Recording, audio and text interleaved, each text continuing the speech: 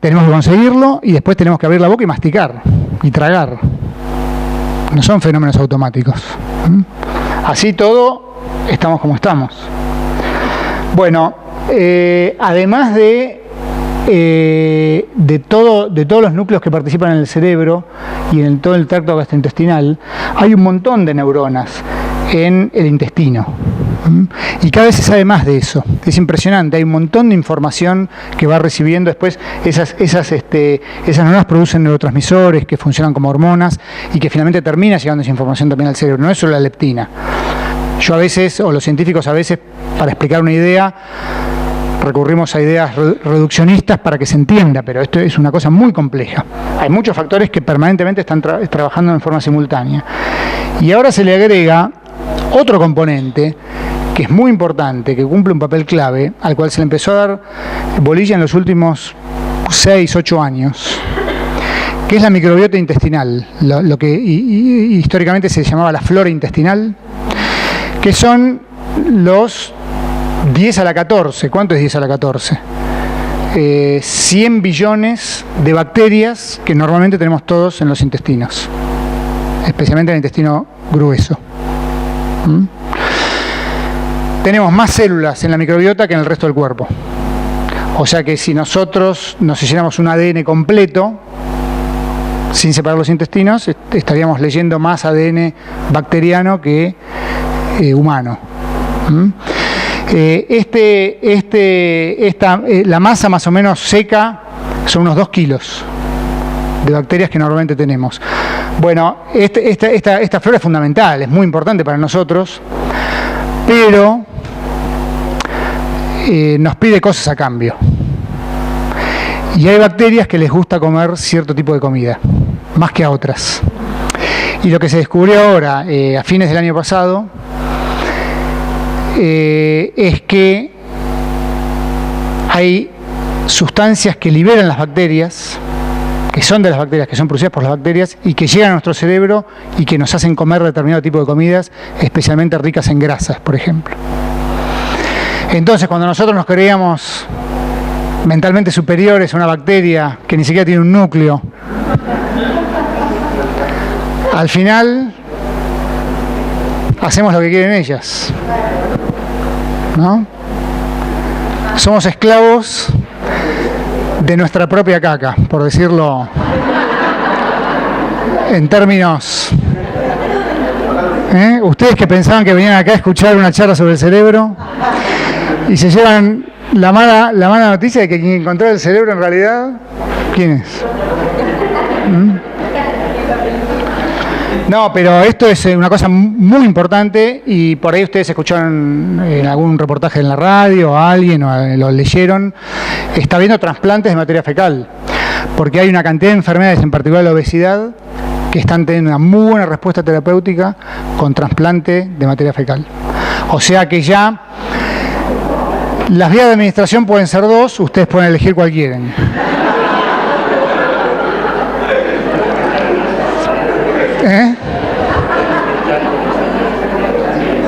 ¿Cómo es? Si podés comentar.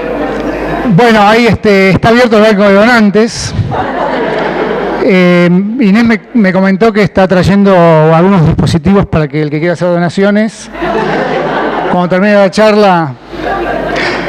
No, pero hay todo un tema muy interesante que si quieren lo pueden ver en Google, que es ver, porque ahora tiene que haber legislación en los países de cómo se trata esto. Entonces hay gente que dice, no, tiene que tratarse como una donación de un tejido, de un órgano.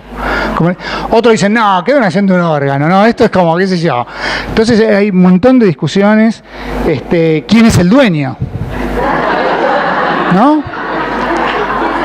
Si el donante tiene derecho a saber, hay un montón de cosas.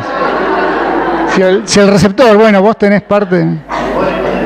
Es una mierda. Sí, sí. Me hice un trasplante con lo tuyo y no funcionó. Sí. Bueno, pero esto se descubrió justamente también en parte estudiando estos ratones OV-OV. Este es un trabajo que salió en la revista Nature en el año 2006, en donde lo que se tomó fue estos dos ratones son hermanos, uno es mutante y otro no, Obviamente uno come mucho más que el otro, el mismo tipo de comida, ¿no? Porque la comida es siempre la misma, la que les dan, pero come mucha más masa de comida. Y lo que se hizo fue agarrar ratones que se llaman libres de gérmenes. Uno puede mantener en un laboratorio como una especie de la burbuja. ¿Vieron los chicos de la burbuja? Bueno, que son chicos, después crecen, pero nadie habla de los grandes en la burbuja. Todos hablan de los chicos en la burbuja. Bueno, y esos animales son realmente libres de gérmenes. O sea, no tienen flora intestinal. Se puede sin mucho problema mantenerlos y crear y generarlos. Pero uno lo que puede hacer después es hacer un trasplante de materia fecal. Entonces uno puede agarrar ratones genéticamente idénticos que pesan todos igual y hacer el trasplante del obeso a unos y del hermano normal de los otros. Y después ver comiendo comida normal qué pasa. Y pasa este resultado que está acá, que es uno de los gráficos de 2 barras más impresionantes que hay en ciencia, que es la cantidad de grasa en porcentaje que aumentan estos animales con una flora del animal normal y estos con la flora del animal obeso. ¿Y esto por qué creen ustedes que es? O sea, ¿cómo puede ser? ¿Qué está pasando? ¿A alguien se le ocurre? La flora la generó... La flora es buena, muy buena la pregunta, porque es una pregunta que no es intuitiva la respuesta, por eso es una muy buena pregunta. La flora se autogenera, o sea, la flora se autogenera desde el punto de vista de su identidad. Estamos hablando de 100 billones nuestros, o sea, 10 a la 14 células que forman un único ambiente, un ecosistema. Hay más de 1000 especies. Hay algunas que son predominantes. Hay 2 o 3 especies que, por ejemplo, que pueden ser el 70% del total. Pero el porcentaje relativo de esas que son las mayoritarias son especies que se especializan en procesar determinado tipo de alimento. Y en procesar determinado tipo de alimento entregándoselo al huésped que somos nosotros. Entonces, imagínense ustedes que todos nos comemos el mismo, qué sé yo, sándwich de salamín, ¿no? Con mayonesa, porque hablamos de la mayonesa. Todos. Algunos vamos a incorporarlo más como tejido graso, otros menos. Va a depender muchísimo de la composición de esa microbiota, de esa flora, porque en la medida que ellos puedan producir más triglicéridos y entren a nuestro cuerpo, se van a incorporar al tejido adiposo. Entonces son los que se llaman, como ven el título, está ahí. Energy Harvest quiere decir cosecha de energía, porque en definitiva, esa flora bacteriana que nosotros tenemos, es la fuente fundamental de cosecha de energía de los alimentos. Porque nosotros nos podemos comer una hamburguesa, nos podemos comer un bife, un pescadito, una ensalada, no importa. Las moléculas no es que salen de la lechuga y dicen, che, me voy de la hoja porque este tipo me necesita. No, tiene que haber un proceso de digestión que va descomponiendo esa materia orgánica compleja en moléculas muy simples que nosotros utilizamos para formar nuestros tejidos. Bueno, quien tiene mayor capacidad transformadora no son nuestras enzimas, como nosotros creíamos, es la flora. O sea, nosotros también tenemos enzimas digestivas, especialmente muy poquito en el estómago y fundamentalmente en el intestino delgado, pero después hay un gran trabajo del intestino grueso. Y hay identidades de flora que son capaces de sacarle más energía, sacarle, como se dice, más el jugo energético a una comida, y eso en definitiva, en un mundo donde en muchos pobladores de este mundo sobre el alimento, o estamos sobrealimentados, nos juega en contra. Por ahí en otra etapa de la evolución humana jugó a favor.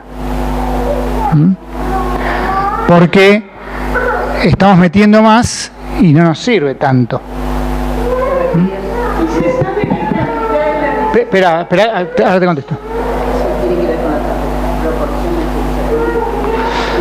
No, justamente no tienen que ver con las Escherichia coli, porque Esto es un tema, yo tengo miedo de que la charla, yo no tengo problema en hablar 2-3 horas, pero por ahí ustedes tienen cosas que hacer, me imagino. Y estas preguntas dan para que yo las conteste. No, Helicobacter no. No, la cosa es así. Por ahí alguno de ustedes tuvo que hacerse o conoce a alguien que tuvo que hacerse, un amigo de un amigo, ¿no? Algún cultivo de materia fecal, por algún problema que tuvieron de salud, etcétera. Entonces, cuando uno toma materia fecal y el bioquímico hace ese lindo trabajito que es cultivarlo en el laboratorio, después uno puede ver qué tipos de bacterias están creciendo ahí. Bueno, ¿qué pasa? ¿Qué descubrimos hace poco los científicos? Los microbiólogos, ¿no? Gente de otra área, pero que ahora fíjense ustedes cómo las áreas están totalmente emparentadas. ¿Quién iba a pensar que la neurociencia iba a tener que trabajar con esto? ¿No? Ya es como que estamos para todo. Entonces, bueno, la mayor cantidad de bacterias de nuestra flora no se puede cultivar. No se encontraron situaciones de laboratorio para poder cultivarlas. Son casi todas anaerobias y solamente viven en la oscuridad de nuestros intestinos. Ahí están felices. Pero cuando las ponemos en distintos medios de cultivo del laboratorio, de diferentes estufas, no les gusta y no crecen. Entonces, cuando uno hace un cultivo de estas 1000 especies, recupera menos del 10%, tal vez el 1%. Pero esta técnica, la técnica de identificación de las especies que participan de una flora, cambió completamente con lo que fue la revolución genómica, que es la capacidad de secuenciar genomas a muy bajo precio. Entonces ya no se mira en el microscopio, esta tiene un palito, es un bacilo, esta redondita es un coco. Eso ya no se hace más, o sea, se hace para algunas cosas. Ahora se mete todo el ADN en un secuenciador y se secuencia el ADN de una región relativamente constante que todos los microorganismos tienen, que es el RNA de los ribosomas, el DNA que codifica para el RNA de los ribosomas. Esto lo digo para quienes saben un poquito de biología. Un secuenciador, buena pregunta, un secuenciador es una máquina que secuencia ADN, que uno le pone ADN y la máquina dice A, C, G, T, A, C, G, T, T, T, G, G, A, C. Entonces tira toda la secuencia de la identidad ¿de quién? De la población. Porque estamos hablando de 10 a la 14 células, obviamente no se pone todos esos 2 kilos de bacterias en el secuenciador, se toma una muestra representativa. Y entonces se puede saber, y lo que se vio, y ya está totalmente demostrado, que los obesos tienen una composición de su flora bacteriana diferente a la de las personas no obesas, de la misma edad, que comen la misma comida, el mismo estatus social, etcétera, etcétera, etcétera. Más aún, cuando esos obesos reciben un trasplante de materia fecal de esas personas no obesas, empiezan a bajar de kilo. Se trasplanta la materia fecal. ¿Cómo? En el mismo lugar, sí, no en el cerebro.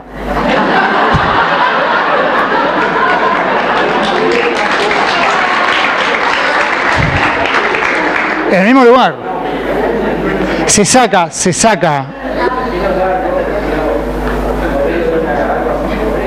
¿Cómo? Bueno, sí, hay distintos métodos. Se le da al receptor, se le da una carga muy grande de antibióticos para matar todo lo que se puede. Se hacen lavajes. Entonces se trata de eliminar todo lo que se puede de la flora residente y se le mete otra flora. Ahora, si no hay rechazo, debe haber, como en todo. Esto empezó, ¿saben cómo empezó esto? No empezó con obesidad, empezó con algunas bacterias que matan, que son parecidos a bacterias de la toxina botulínica de la misma familia, otros Clostridiums, que eran personas que no les podían sacar la bacteria con ningún antibiótico, entonces dijeron, así medio por desesperación, los médicos, vamos a hacer un trasplante de materia fecal. Dijimos, vamos a sacarle donde vive esta bacteria y le ponemos de otro. Y esa técnica funciona, se curaron, todos estos tipos se curaron. Y eso hizo que se entrenaran muchos cirujanos en esa práctica, que tampoco pensaron que alguna vez en su vida van a tener que hacer, y ahora son expertos y montan clínicas de trasplante de materia fecal que está dando resultados. Yo soy un neurocientista. Yo me dedico al cerebro. No sé. No vi nunca una operación con mis propios ojos. En un obeso, además de diferentes floras, hay muchas cantidades de floras que no Lo que importa acá es la calidad más que la cantidad, sí, la proporción. ¿Puede considerarse entonces que es hereditario o no se hereda la flora? Es buena la pregunta también. Es complicado porque la flora la va armando, como yo dije antes, la propia flora. Los chiquitos, cuando todos nacemos con muy poca flora, muy escasa. Es una flora, además es una flora, digamos, fetal, que después va a ser rápidamente cambiada por otra. Lleva un tiempo, lleva un proceso de tiempo. No sé hasta qué punto es hereditaria. Hay factores que yo no conozco bien cómo funcionan respecto de cómo se va ordenando esa flora. Pero debe haber múltiples componentes, seguramente. Sí, hay preguntas. 2006. En el caso de la psiquiatría, que también se puede. En el caso de... no conozco si se hacen trasplantes para eso.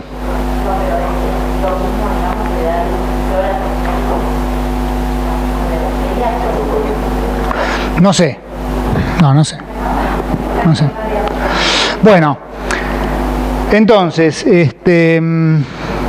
como ven, los factores son múltiples. Entonces, si vinieron acá pensando en que iban a encontrar una solución, ven que por ahí empiezan a entender por qué es tan complicado todo esto.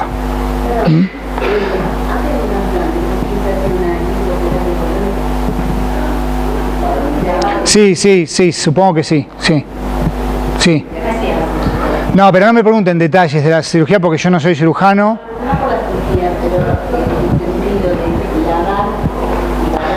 Bueno, la idea es reemplazar una por otra.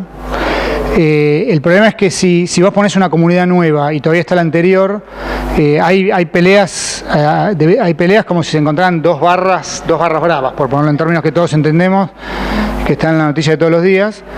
En donde la idea es eliminar, son luchas territoriales. Este intestino es mío, dice esta colonia, y vos te vas de acá. Y el que gana va a determinar qué tipo de cosa va a comer la persona y cómo se va a utilizar ese alimento. Hay un experimento que yo iba a filmar el video, pero después véanlo, por ahí lo vieron.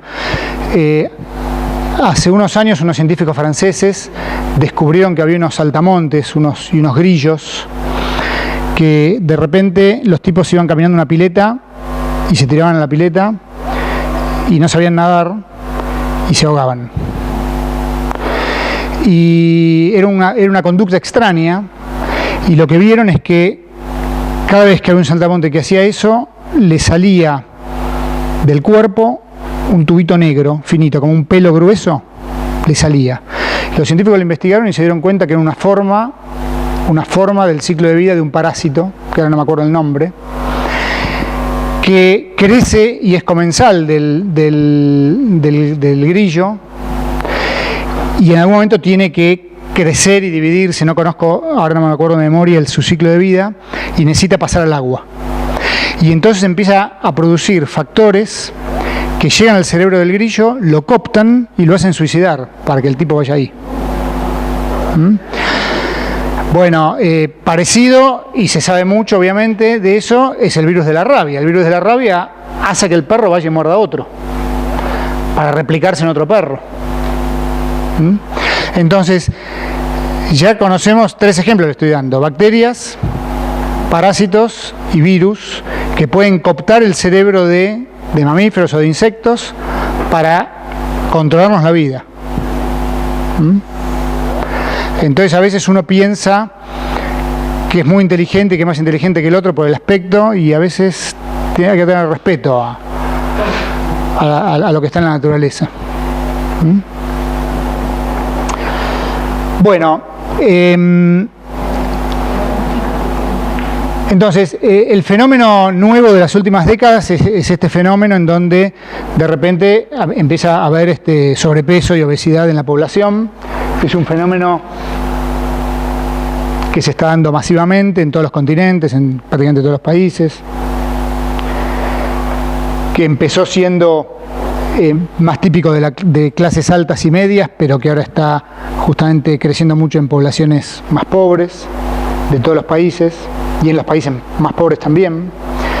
Y se da una situación paradojal, única en la historia de la humanidad y de cualquier otra especie que jamás haya habitado la Tierra, y es que hay más individuos con sobrepeso que con desnutrición, ¿no? Ahora, yo acá puse malnutrición y no desnutrición porque estos chicos probablemente también estén malnutridos. Y gran parte de la obesidad que estamos viendo hoy, sobre todo la que ocurre en los sectores más pobres de las sociedades, es malnutrición. Es la ingesta desmedida de lo que llaman calorías bobas, que son fundamentalmente alimentos muy ricos en hidratos de carbono y en grasas, pero muy pobres o prácticamente nulos en proteínas, minerales, vitaminas, etc. Entonces, la cara de muchas poblaciones pobres ya no es más esta. Estas poblaciones siguen existiendo, especialmente en África Central, pero igual en África Central también están disminuyendo cada vez más. O sea, los números de este tipo de situación de alta desnutrición infantil, ha habido mejoramiento en los programas, etcétera, y en Sudamérica, por ejemplo, han bajado muchísimo. En cambio, lo que aumentó muchísimo en Sudamérica son este tipo de fisonomías. Los primeros que notaron este cambio fenotípico en su población fueron los norteamericanos, tal vez por una situación de exceso de éxito en su cadena productiva. O sea, producían alimentos muy baratos, muy ricos en hidrato de carbono y en grasas. Y estas son dos tapas de revista, en la revista Time en el año 95, hace ya bastante, The Birth of a Nation, que es un juego de palabras con The Birth of a Nation, en vez del nacimiento de una nación, el engordamiento de una nación, ¿no? En donde ponen un dibujito de Botero, un dibujo del artista colombiano, en donde, bueno, esto le está pasando a nuestra gente, dicen ellos. Pero bueno, es el engordamiento de un pueblo. Pero ya ahora hablan de, la nación grasa, ¿no? The Fat Nation, o la nación gorda. En donde ya está su icono máximo, la Estatua de la Libertad, también obesa. Pero bueno, lo que fue inicialmente un problema de Estados Unidos, como digamos abanderado de todo esto, pero después vinieron los países de Europa Occidental, etcétera, es un fenómeno mundial. Acá estos son datos de la Organización Mundial de la Salud del año 2008, y fíjense que Argentina es de los países con mayor obesidad, con mayor prevalencia, porque estamos acá en este color verde, que es de 20 a 30% de sobrepeso, que sobrepeso es una escala menor a la obesidad. Y cuanto más oscuro, ya mayor de 30 ya es obesidad. Perdón, no, esto es sobrepeso todo. Mayor de 30 ya son valores muy, muy complicados, ¿no?, para la salud interna de ese país. Ahora, ¿qué pasa con esta epidemia? Que en realidad es una epidemia que, como ocurre en todos lados, se la llama pandemia, porque ocurre globalmente. Y se lo llama como es global, se habla de globicity en inglés, porque es una obesidad global, o sea que todo el mundo está gordo, ¿no? No es así, o sea, es falso que todo el mundo está gordo, pero más o menos se calcula en que casi el nivel de personas con sobrepeso en el mundo, somos unos 7.500 millones de habitantes, unos 2.000 tienen sobrepeso. Y hay más o menos unos 500 millones, entre 500 y 600 millones de obesos. Son números muy grandes. Piensen que la población argentina es de 40 millones. Hay varias argentinas de obesos. Y el problema es que, a diferencia de los osos, nosotros estamos haciendo esto, ¿no?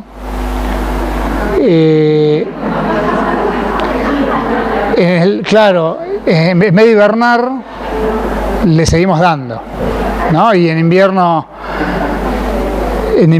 al dulce de leche, y en verano el helado, y en invierno también el helado, porque ahora se come helado todo el tiempo, etcétera, etcétera. Entonces, lo único que se puede hacer es parar la pelota y darnos cuenta culturalmente de lo que nos está pasando. Pero para eso no está nada mal conocer nuestra biología y conocer cómo funciona nuestro sistema, porque más que eso no le podemos pedir al sistema, más de cómo funciona endógenamente. Ahora, todo esto tiene que ver con este fenómeno que se llama la presión obesogénica. Vivimos en un mundo obesogénico, ¿no? Porque tenemos pegadito el imán de la pizzería en la heladera y en el escritorio de la oficina, y entonces, vamos a comer algo, no, llevamos al de la pizza, y entonces el tipo de la pizza tampoco trabaja porque tiene una moto, nadie se mueve, todos comemos, ¿no? Y bueno, de eso podríamos hablar también, una hora más, pero no voy a hablar de cómo han cambiado enormemente las costumbres nuestras respecto de nuestros padres, o sea, las de mis padres. O sea, mi mamá, que es porteña, me cuenta que hasta casi que terminó la escuela primaria pasaba el hombre de la barra de hielo y compraban barra de hielo que las ponían en una, ¿no? Entonces se iba a comprar todos los días a la feria, ¿no? Y nosotros metemos comida en el freezer por 5 meses, ¿no? Por poner uno entre 10.000 ejemplos. Ahora, sin duda también, además de las costumbres, que finalmente es lo que explica todo, porque acá no hubo ninguna epidemia de ningún virus, ni hubo ninguna mutación, no es que todos nos pusimos a vivir al lado de la antena de Telecom y entonces se nos mutó el receptor de la leptina, ¿no? Acá hubo cambio de costumbres que explican que estamos ahora superando los límites de peso. Respecto de la genética, también cumple un papel fundamental. ¿Por qué? Porque todos nosotros estamos en ese mismo ambiente obesogénico y no todos tenemos los mismos kilos de más. Y no es que los que no tenemos kilos de más o tenemos poquitos kilos de más nos cuidamos más. Hay un factor genético muy importante. Y les digo esto porque todos lo tienen en el imaginario colectivo y a veces me preguntan, bueno, pero también es muy importante hacer ejercicio porque vivimos en una sociedad sedentaria, etcétera. Y eso es un mito, porque se ha ya demostrado con experimentos, con agua radiactiva, etcétera, que el consumo diario nuestro no es diferente no es estadísticamente significativo la diferencia con respecto a personas que viven en ambientes absolutamente naturales. Porque se dice, claro, antes mi abuela tenía que fregar la ropa en la tabla y ahora viene uno y lo pone en lavarropa y en la secarropa ni siquiera hay que colgarla. Entonces esa diferencia de calorías no tiene que ver con eso. No tiene que ver con eso. Está muy bien hacer ejercicio, es muy importante, pero para otras cosas. Está muy bien hacer ejercicio para mantener muy bien el sistema cardiovascular, para mantener bien el cerebro. Es bueno aumentar la presión arterial interna de una manera controlada, como por ejemplo salir a correr o jugar un deporte. Es bueno, mantiene mucho mejor los vasos sanguíneos y es muy bueno por miles de cosas, pero no para bajar de peso. O sea, para bajar de peso haciendo ejercicios uno tiene que ser una especie de Forrest Gump y estar todo el día corriendo. Todo el día corriendo, y entonces uno ahí puede, desde el punto de vista termodinámico, revertir la balanza de platillos y que el gasto sea mayor al consumo. Pero en general lo que pasa, y si acá hay gente que hace gimnasia, no me lo va a desmentir, o deporte, cuando uno hace gimnasia o hace deporte tiene mucho hambre y come. Y come y tranquilo, igual hizo mucho deporte. Lo que por ahí no está midiendo es que en realidad está comiendo lo mismo que lo que gastó. Entonces, para eso, me van a decir, che, pero Marcelo, entonces me quedo en la oficina y llamo al de la pizza. No, porque igual es bueno salir a caminar, pero por otras cosas, no para bajar de peso. Para bajar de peso hay que comer menos. Es lo único que sirve. Ahora, ¿cómo hacemos para comer menos? Ese es el truco, ¿no? Entonces, la genética también, esto por ahí no es muy intuitivo, pero todos van a decir que los hermanos mellizos miden igual, ¿no? Pero si yo les pregunto, ¿pero pesan igual? Y ahí ya por ahí hay algunas caras de duda. No, pesan igual. Pesan igual. O sea, estadísticamente la genética contribuye igual a la altura que al peso. Y esto está medido muy bien, incluso en gemelos entregados en adopción. O sea que comen comida diferente. Acá hay una foto, por ejemplo, para que se vea muy claramente cómo contribuye la genética a la fisonomía corporal, comparando mellizos gemelos y mellizos disigóticos. Fíjense que hay mucha más variación. Al haber más variación genética, hay mayor variación fenotípica, tanto en altura como, por ejemplo, en circunferencia de la cintura. Eso no pasa con los mellizos. Con mellizos no gemelos, no. Porque yo tengo una mano melliza que a la hora de seca, yo... Claro, pero no son gemelas. Por eso, claro. En los gemelos es muy raro que haya una discordancia estadísticamente significativa.